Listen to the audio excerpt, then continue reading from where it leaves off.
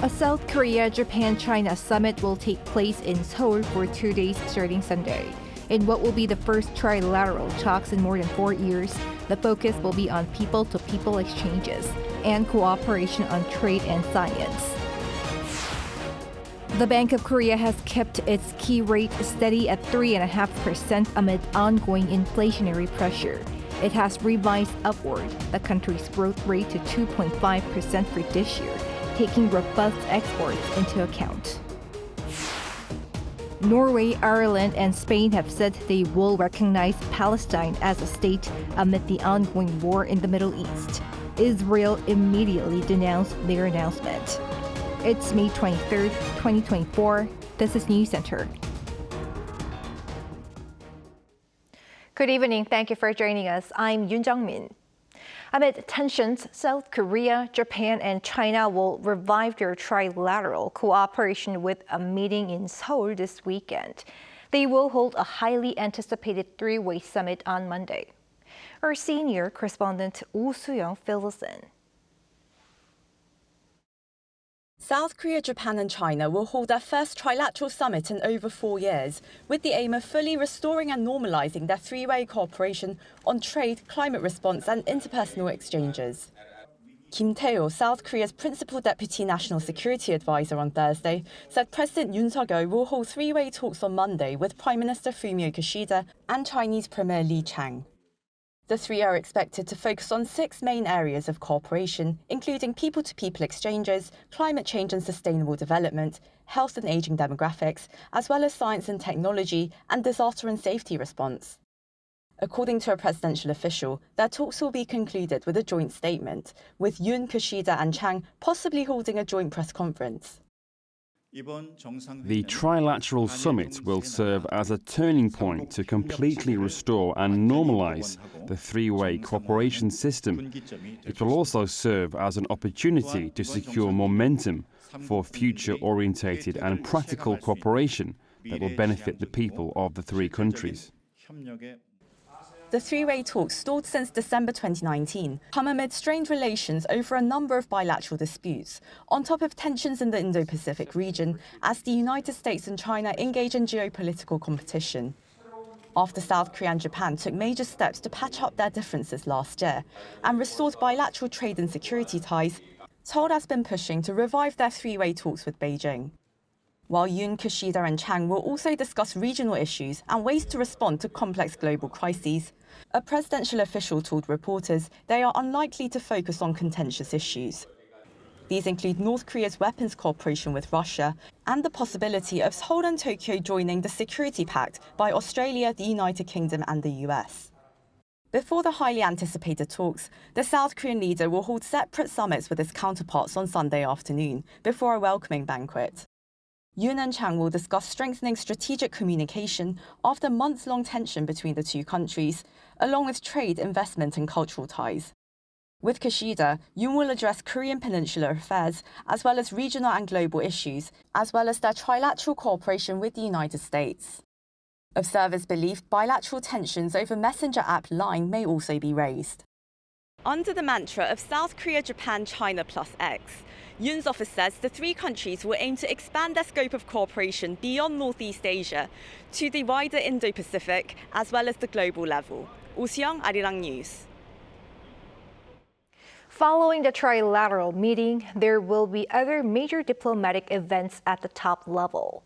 President Yoon will also be hosting UAE's president and dozens of leaders from Africa for broader cooperation with Korea. Our correspondent Kim Do-yeon has more. It's set to be the biggest welcoming ceremony hosted by President Yoon. Next Tuesday, the President of the United Arab Emirates, Sheikh Mohammed bin Zayed Al Nahyan, will arrive in Seoul for a 2-day state visit, the first by a UAE president. According to the top office on Thursday, it'll include a Black Eagles air show, more than 600 military personnel, and 160 children. When President Yoon and his spouse made a state visit to the UAE in January last year, They were given a grand welcome at an official presidential welcoming ceremony with a large cavalry and camel troops lined up.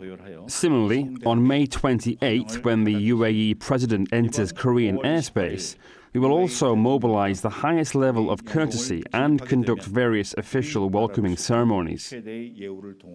There will be various diplomatic events on top of an official summit at the Yongsan presidential office on Wednesday. The two countries have long enjoyed good cooperation, with the UAE being South Korea's only special strategic partnership country in the Middle East. In fact, during President Yoon's state visit to Abu Dhabi last year's January, the UAE pledged a $30 billion investment into South Korea. The leaders of both countries plan to discuss concrete measures to elevate their cooperation to a higher level in the four key areas established during President Yoon's state visit to the UAE in January last year: traditional energy and clean energy, peaceful nuclear energy, economy and investment, and defense technology. This state visit is highly anticipated. It was supposed to happen last October, but due to Hamas' surprise attack on Israel causing uncertainties in the Middle East, the UAE postponed. In the meantime, the upcoming Korea-Africa summit, which will follow the UAE summit, will be the biggest multilateral summit hosted by President Yoon. Set to happen on June 4th and 5th, there will be 45 or more African nations coming to South Korea for the first summit of its kind.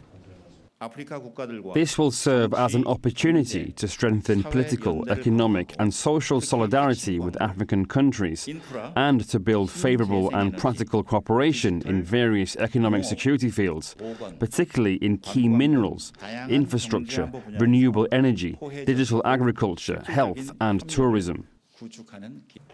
Under the national vision of becoming a global pivotal state, the Yoon Suk-yeol administration has emphasized strategic cooperation with the Global South, including Africa, since its early days. The top office says, adding to the Korea-Pacific Island Summit last year, the Korea-Africa Summit will further expand the nation's strategic cooperation with the Global South. Kim Do-yeon, Arirang News. U.S. lawmakers have released a draft for next year's defense policy bill calling for Washington to keep its current level of troops in Korea. The House Armed Services Committee approved the draft of the fiscal 2025 National Defense Authorization Act, which now heads to the House, where all members of the lower chamber can vote on it. The draft says the Secretary of Defense should reinforce the alliance with South Korea by maintaining the presence of around 28,500 service members here. Although the draft itself is not legally binding, it's widely seen as symbolic, as it demonstrates bipartisan support in Congress. This comes after former U.S. President Donald Trump recently said Washington could withdraw its troops if Seoul does not pay more to support them. Norway, Ireland, and Spain say they will recognize Palestine as a state as they reportedly seek to push for peace in the Middle East. Israel immediately denounced their announcement. Lee Seung-jae has more. Ireland, Norway, and Spain have announced they will officially recognize Palestine as a state next week. The European nations say Palestine has the right to create an independent state and expect other countries to join in. The leaders say they're taking joint action for the sake of peace in the Middle East. According to Norway's Prime Minister Jonas Gahr Støre, recognizing Palestine is supporting moderate forces that are on a retreating front in a protracted and cruel conflict, calling it an investment in the only solution that can bring lasting peace in the Middle East. He also called on other countries to do the same in order to ensure that the process towards a two-state solution can build momentum. Spain's Prime Minister Pedro Sanchez accused Israeli Prime Minister Benjamin Netanyahu of putting the two-state solution in danger with his policy of pain and destruction in Gaza, while Irish Prime Minister Simon Harris emphasized that Hamas does not represent the Palestinian people. The prime ministers of all three nations announced the official recognition will take place next Tuesday. Meanwhile, in response to the European nations' decision to recognize Palestine as a state, Israeli Prime Minister Benjamin Netanyahu slammed the decision, calling it a prize for terrorism. The intention of several European countries to recognize a Palestinian state is a reward for terrorism. This evil cannot be given a state. This would be a terrorist state. It will try to repeat the massacre of October 7th again and again. We will not consent to this. Rewarding terrorism will not bring peace, neither will it stop us from defeating Hamas. 144 out of 193 member states of the UN recognize Palestine as a state. However, Britain and Australia have recently indicated in recent months that they will also follow suit, while EU members Malta and Slovenia have also made such indications. 이승재, Arirang News.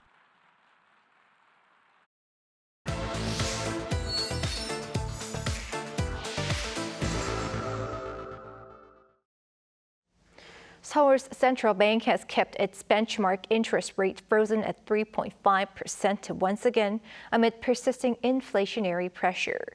Meanwhile, the country's growth outlook has been revised upward to 2.5% for this year, taking robust exports into account. Our finance correspondent Lee Soo-jin reports. South Korea's central bank kept its benchmark interest rate steady at 3.5% as widely expected amid ongoing concerns about inflation. The decision was announced on Thursday following the last Monetary Policy Committee meeting of the first half of the year. While inflation is slowing, given the signs of recovery in economic growth, the exchange rate volatility, and geopolitical risks, we have decided to maintain our current monetary tightening stance.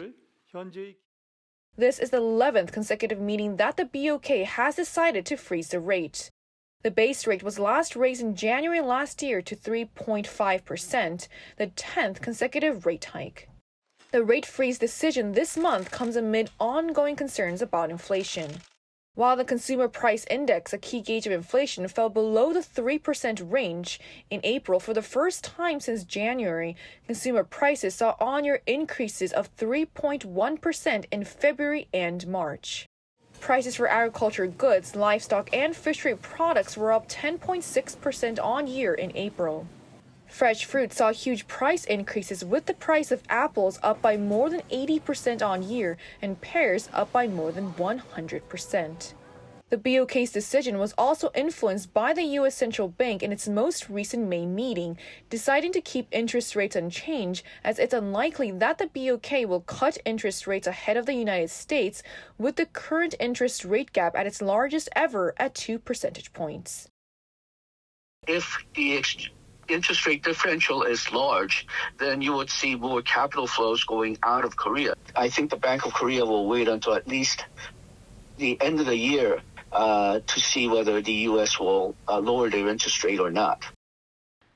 Meanwhile, the BOK also raised its economic growth outlook for this year to 2.5%, up from 2.1%, further adding to projections that the key interest rate will not be lowered for the time being. The BOK governor said that the forecast has been raised mainly because of external factors such as the robust global IT sector and strong growth in the U.S. economy, as well as signs of recovery in domestic demand. And this year's inflation forecast was maintained at 2.6%.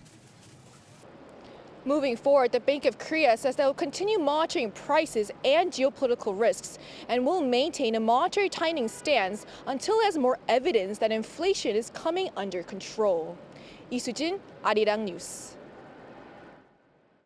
Higher prices in the country have resulted in the sharpest fall in inflation-adjusted household income in the first quarter since 2017. Our Park Go-nu explains. South Korea's household income saw an increase in the first quarter of the year, but taking inflation into effect, inflation-adjusted income, or buying power, fell in the largest range in 7 years due to higher prices. According to Statistics Korea on Thursday, the monthly average income per household in Q1 was around 5.12 million won, or over $3,750, an increase of 1.4% year-on-year. But when considering inflation of 3% during that period, income dropped by 1.6% from the year before.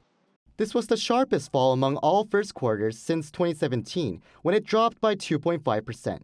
Income earned through wages, the biggest part of household income, dropped 1.1% year-on-year. When adjusted for inflation, that figure fell by nearly 4% from the previous year, which was the highest drop ever since related data was first compiled in 2006. The rise in consumer prices and slashed incentives given by major companies were the main factors behind this fall. Data also showed that the monthly average amount of spending per household in the first quarter was nearly 2.91 million won, or over $2,100, up 3% year-on-year. They showed that people spend more on food and non-alcoholic beverages, along with on accommodation and entertainment. Park Gun-woo, Arirang News. The trade dispute between the United States and China rumbles on, with Beijing being hit with a wave of new sanctions, and Washington faces a possible retaliation. Eyes are on how this could affect the global market, including South Korean firms. Our trade correspondent Moon Hae-ryun joins us in the studio to tell us more. Welcome, Hae-ryun. Good evening, Jung-min. Evening. Tell us about the new developments and why these new measures have been introduced. Right, Jung-min. So last week, the Biden administration announced a series of different tariffs for a number of different Chinese imports. And just last night, it announced that some of these new regulations will take effect starting in August.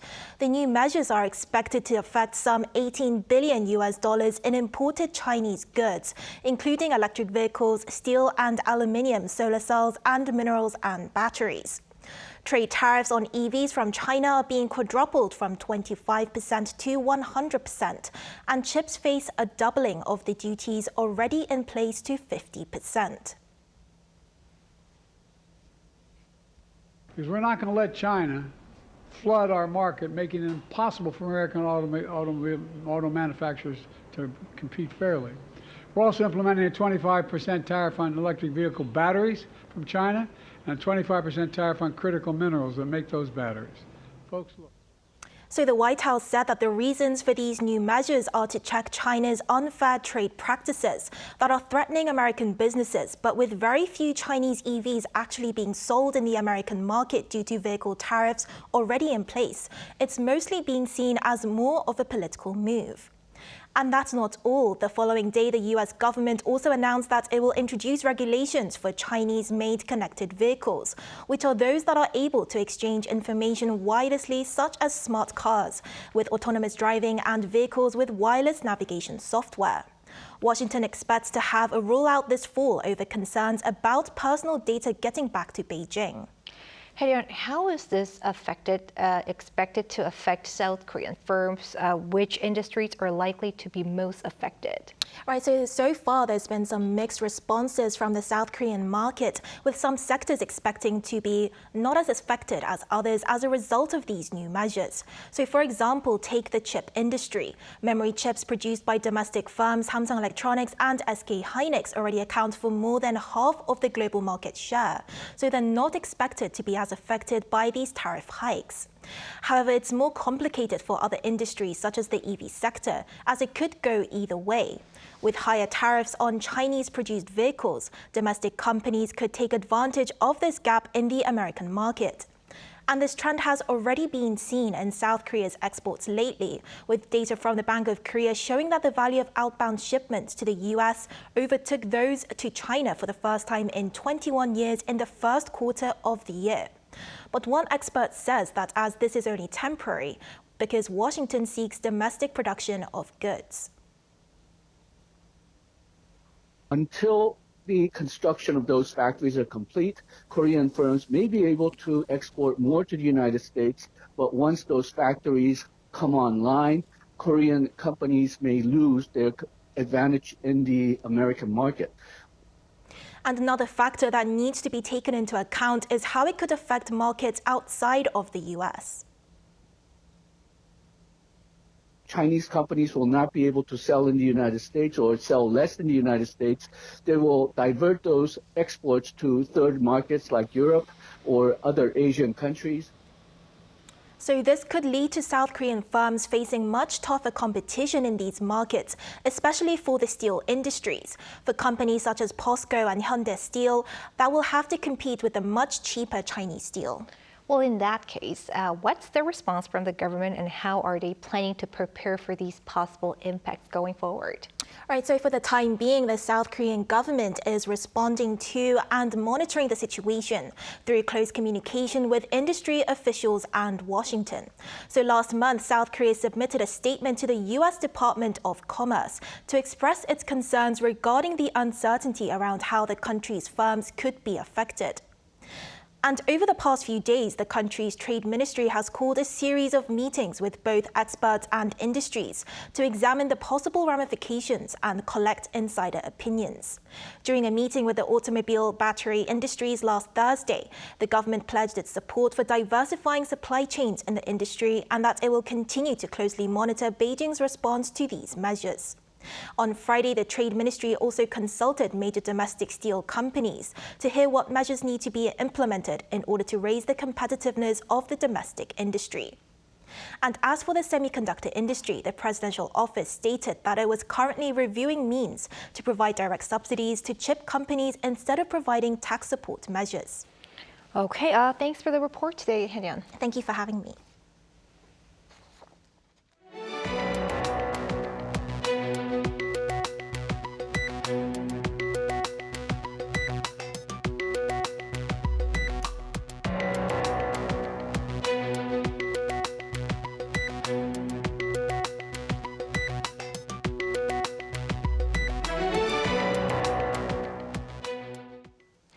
Today at the Nat'l Assembly, South Korea's Sunfull Foundation, a non-government organization dedicated to counter cyberbullying and hate speech on the internet, designated May 23rd as both K-Respect Day and No Hate Comments Day to promote diversity and respectful online behavior.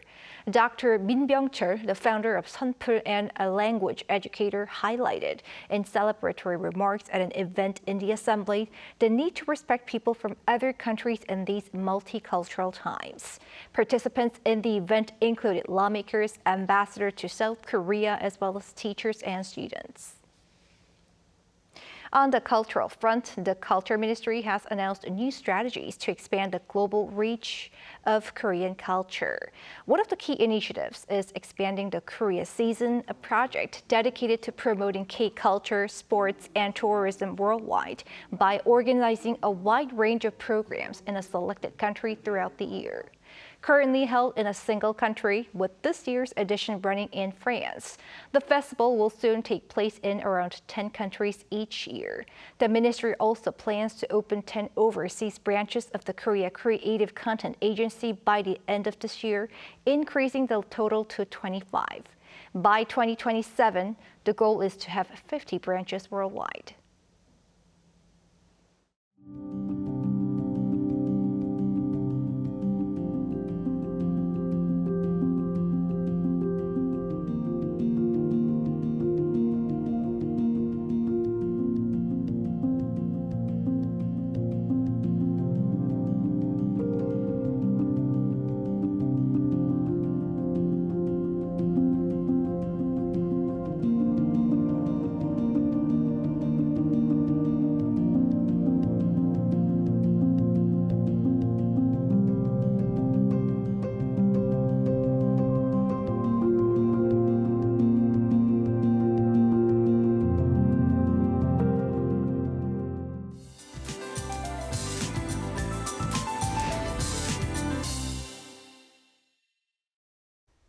These days, you might be wondering if summer has come already. The daytime temperature in Seoul was around 26 degrees Celsius today, so it feels hot to be active. But the weather is hotter in areas on the East Coast. Gangneung moved up to 32 degrees, as hot as midsummer. Temperature there will drop tomorrow as easterly winds flows in. You need to take good care of your body temperature in this fickle weather. On the other hand, central parts of the country and Gyeongsang-Buk-do province will have light rain with lots of clouds tomorrow. Tomorrow morning, there will be less than 5 millimeters of rain in central and northern Gangwon-do province. At one point in the afternoon, showers will pass through parts of the inland areas of west and south Gangwon-do province. Tomorrow, Seoul and Daegu will start off at 16 degrees Celsius. Highs will move up to 25 in Seoul and Busan, Gwangju 30 degrees. Rain is expected across the country between Sunday and Monday. That's all for Korea. Here are the weather conditions around the world.